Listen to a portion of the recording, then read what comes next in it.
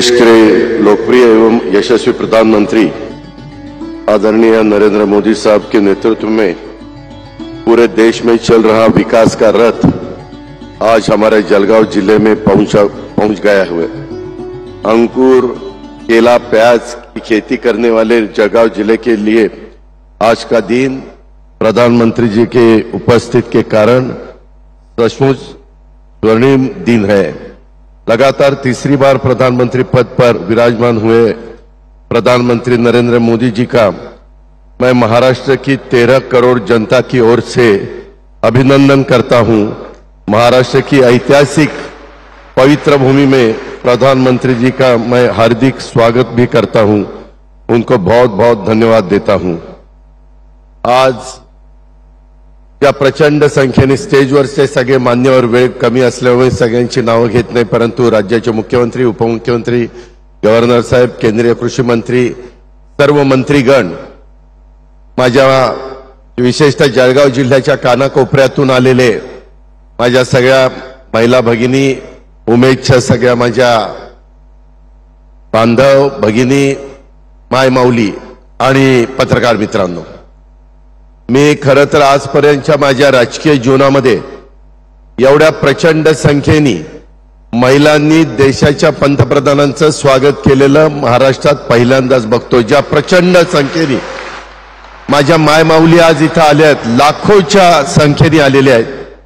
परिस्थिती वेगळी होती, पाऊस पडलेला होता, आजही पाणी वाहतंय। मी आत्ताच मुख्यमंत्र्यांना 2-3 ठिकाणी दाखवलं, परंतु असली सगळी नैसर्गिक परिस्थिती असली तरी आपल्या देशाच्या पंतप्रधानांच्या स्वागताच्या करता आणि त्यांनी हातामध्ये घेतलेलं जे काम आहे, आत्ताच ते बोलत असताना तिथं महिलांना सांगत होते की माझं उद्दिष्ट आहे 3 कोटी महिलांना लखपती दीदी बनवण्याचं स्वप्न त्यांनी त्या ठिकाणी बघितलेलं आहे देशामध्ये। त्याच्यातल्या कमीत कमी आपण एकनाथराव शिंदे, देवेंद्रजी, आपण सगळ्यांनी मिळून आपल्या महाराष्ट्रामध्ये देखील 50 लाख महिलांना लखपती दीदी बनवायचा संकल्प त्या ठिकाणी करूया। त्याकरता महाराष्ट्र कुठं कमी पडणार नाही याबद्दलची मला खात्री आहे, विश्वास आहे। महिलांच्यावर जर आपण जबाबदारी टाकली तर महिला कोणतीही जबाबदारी अतिशय यशस्वीपणे पेलू शकतात। आजपर्यंतचा महाराष्ट्राचा इतिहास आहे, हे पण आपण सगळ्यांनी लक्षामध्ये घेतलं पाहिजे आणि त्याच भूमिकेतनं आपण सगळेजण जाऊया। हा सगळा जो कार्यक्रम आयोजित केलेला आहे त्या सगळ्या माझ्या लोकप्रतिनिधींचं, मी संयोजकांचं, अधिकाऱ्यांचं पण मनापासून कौतुक करतो की एवढा पाऊस असताना पण त्यांनी प्रचंड मेहनत घेऊन हा जो कार्यक्रम आयोजित केला आणि त्याच्यामध्ये विशेष माझ्या जळगाव जिल्ह्याच्या कानाकोपऱ्यातनं, प्रत्येक तालुक्यातनं आमची महिला पंतप्रधान महोदयांना भेटण्याकरता आली आणि सगळीकडनं एक प्रतिसाद देत होते। आजचा तुमचा उत्साह, आजचा तुमचा प्रतिसाद आणि तुम्ही जो सपोर्ट करत होता तो बघितल्यानंतर खरोखरच तुम्हाला सलाम केला पाहिजे। मी तुम्हाला मनापासून अभिनंदन करतो, तुमचं मनापासून कौतुक करतो।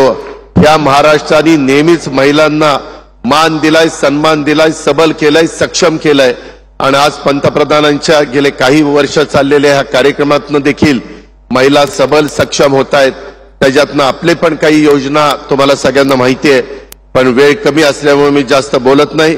पुन्हा एकदा या कार्यक्रमाच्या निमित्तानं ज्या ज्या लखपती महिला झालेल्या आहेत, ज्या दीदी झालेल्या आहेत, त्यांचं कौतुक करतो, परंतु त्यांनी त्यांच्यापुरतं आता लखपती राहायचं नाही, इतर पण महिलांना लखपती करण्याच्या करता तुम्ही त्या ठिकाणी प्रयत्न करा।